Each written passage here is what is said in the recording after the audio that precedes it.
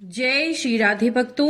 होलाष्टक यानी होली के पूर्व के वे 8 दिन जिसमें किसी भी प्रकार के शुभ और मांगलिक कार्य वर्जित होते हैं। भक्तों, फाल्गुन शुक्ल अष्टमी पर 2 डंडे स्थापित किए जाते हैं, जिनमें से एक को होलिका और दूसरे को प्रहलाद माना जाता है। इससे पूर्व इस स्थान को गंगा जल से शुद्ध किया जाता है और फिर हर दिन इसमें गोबर के उपले, लकड़ी, घास, जलने में सहायक चीजें डालकर इसे और बड़ा किया जाता है। पौराणिक कथाओं और शास्त्रों के अनुसार होलाष्टक के दिन ही कामदेव ने भगवान शिव की तपस्या को भंग किया, जिस कारण से शिव जी अत्यंत क्रोधित हो गए और उन्होंने अपने तीसरे नेत्र की अग्नि से कामदेव को भस्म कर दिया। कामदेव के भस्म होते ही पूरे संसार में शोक छा गया। तब उनकी पत्नी रति ने भगवान शिव से विनती की कि वे उन्हें पुनः जीवन दें। तब भगवान भोलेनाथ से द्वापर में उन्हें फिर से जीवन देने की बात कही गई। दूसरी कथा के अनुसार राजा हिरण्यकश्यपु ने अपने पुत्र भक्त प्रहलाद को भगवत भक्ति से हटाने के लिए और हिरण्यकश्यप की पूजा भगवान की तरह करने के लिए अनेक प्रकार की यातनाएं दी।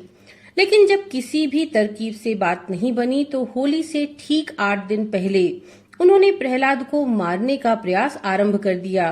लगातार 8 दिन तक जब भगवान अपने भक्त की रक्षा करते रहे तो होलिका के अंत से ये सिलसिला थमा। इसलिए आज भी भक्त इन 8 दिनों को अशुभ मानते हैं। उनका विश्वास होता है कि इन दिनों में शुभ कार्य करने से उसमें विघ्न बाधाएं आने की संभावनाएं अधिक होती हैं। ज्योतिष शास्त्र के अनुसार भी होलाष्टक के समय सभी शुभ कार्य वर्जित हो जाते हैं, क्योंकि इन 8 दिनों में 8 ग्रह उग्र रहते हैं।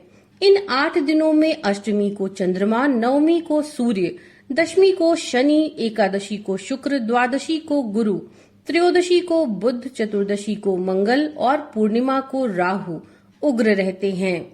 इसीलिए इस अवधि में शुभ कार्य करना पूरी तरह से वर्जित होता है।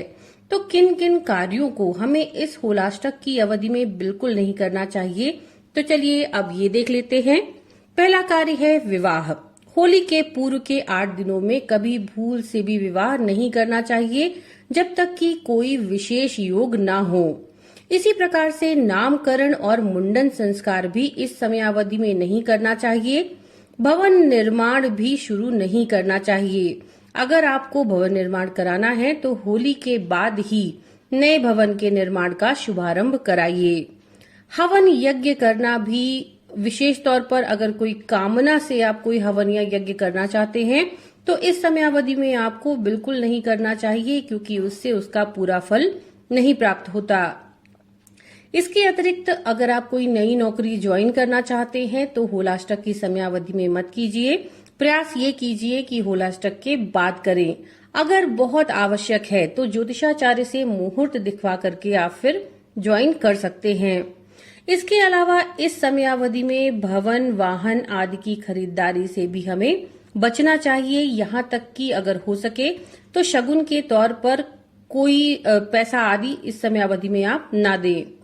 होलाष्टक में आपकी दैनिक पूजा अर्चना के लिए किसी भी प्रकार की मनाही नहीं होती, लेकिन ग्रहों के वक्री होने के कारण जो विशेष मांगलिक कार्य होते हैं उनमें रोक लग जाती है। लेकिन होलाष्टक की अवधि में आप अपने जो नियमित पूजन है, जो आपके इष्ट देव का पूजन है, भजन आरती है, ये सब आप कर सकते हैं। इसके अतिरिक्त जो 16 संस्कार हमारे संस्कृति में बताए गए हैं उनमें से भी कोई संस्कार इन समयावधि में संपन्न नहीं कराना चाहिए। लेकिन अगर दुर्भाग्यवश इन दिनों में किसी की मृत्यु हो जाए तो उसके अंत्येष्टि संस्कार के लिए भी शांति पूजन अवश्य कराना चाहिए। तो भक्तों, होलाष्टक की समयावधि में भूल करके भी मत कीजिए ये काम। हम आशा करते हैं ये जानकारी आपके लिए रुचिकर होगी। नमो नारायण।